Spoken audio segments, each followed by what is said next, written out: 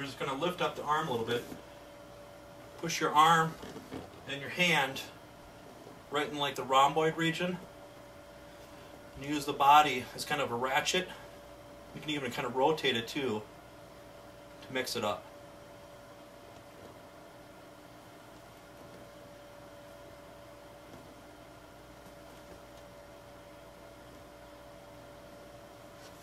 And another option, you can kind of push into the traps, kind of lift up the arm. But if you ever think, again, you're pushing too much pressure on the carpal region, just have them hold on to your wrist and just kind of push and pull at the same time. Just going to work up the neck area. And then when we get to the neck area, what you can do is hook your fingers right underneath the suboccipital ridge, hook, pull, hook, pull, hook, pull. Or you can hook and rotate it, hook, rotate it, hook, rotate it. So you're adding the pressure there, of course. Another option, put your thumbs right underneath the suboccipital ridge, lift up, compress, push, lift up, compress, push, lift up, compress, push. Or you can place your hand right there, kind of rotate the head and just move your thumb on this hand around in different areas while you're compressing and pushing.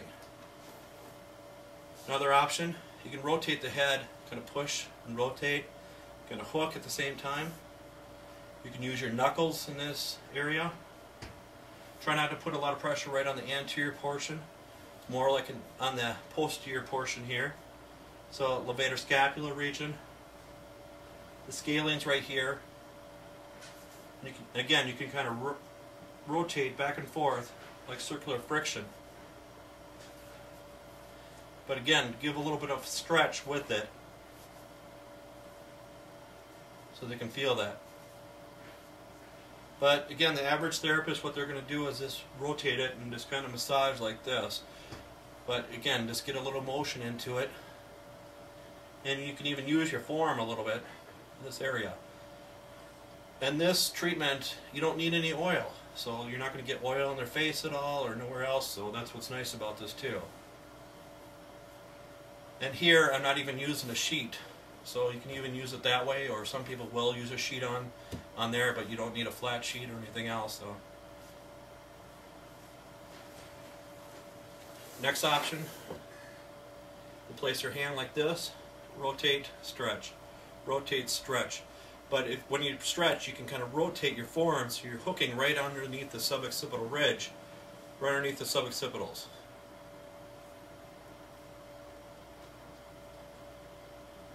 But again, whenever you perform on one side, try to make sure you perform on the other side too.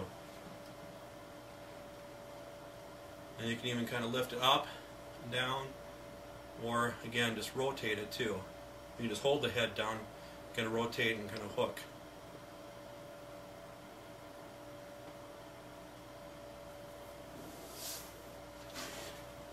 Okay, next option, what you're going to do is you're going to have them sit up a little bit. Right there, okay, lean back.